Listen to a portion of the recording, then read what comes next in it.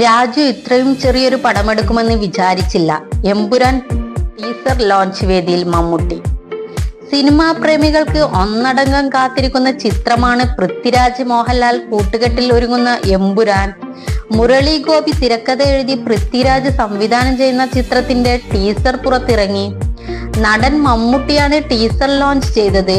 Teaser അവതരിപ്പിച്ച ശേഷം മമ്മൂട്ടി ചിത്രത്തെക്കുറിച്ച് പൃഥ്വിരാജിനെ കുറിച്ചും പറഞ്ഞ വാക്കുകളാണ് ഇപ്പോൾ ശ്രദ്ധ നേടുന്നത്. രാജു ഇത്രയും ചെറിയൊരു പടമെടുക്കുമെന്ന് വിചാരിച്ചില്ല. നമ്മൾ കണ്ടിട്ടുള്ളതിൽ വെച്ച് ഏറ്റവും വലിയ ചെറിയ പടം ഇതാണ്. എല്ലാ വിജയങ്ങളും നേരുന്നു. മലയാള സിനിമയുടെ വിജയമാകട്ടെ എന്ന് ആശംസിക്കുന്നു. നമുക്കതിൽ ഭാഗമാകാൻ സാധിക്കട്ടെ. എല്ലാവരും ചേർന്ന് വിജയിപ്പിക്കുക ആയിരുന്നു മമ്മൂട്ടിയുടെ വാക്കുകൾ. ആശീർവാദ് സിനിമയുടെ 25ാം വാർഷികാഘോഷവും നടന്ന ചടങ്ങിൽ ആശീർവാദ് സിനിമാസിനും ആന്റണി പെരുമ്പാവൂരിനും മോഹൻലാലിനും മമ്മൂട്ടി ആശംസകൾ നേർന്നു. സംസ്ഥാനങ്ങളിൽ 4 രാജ്യങ്ങളുമായി 14 മാസം കൊണ്ടാണ് സിനിമയുടെ ചിത്രീകരണം നടന്നത്.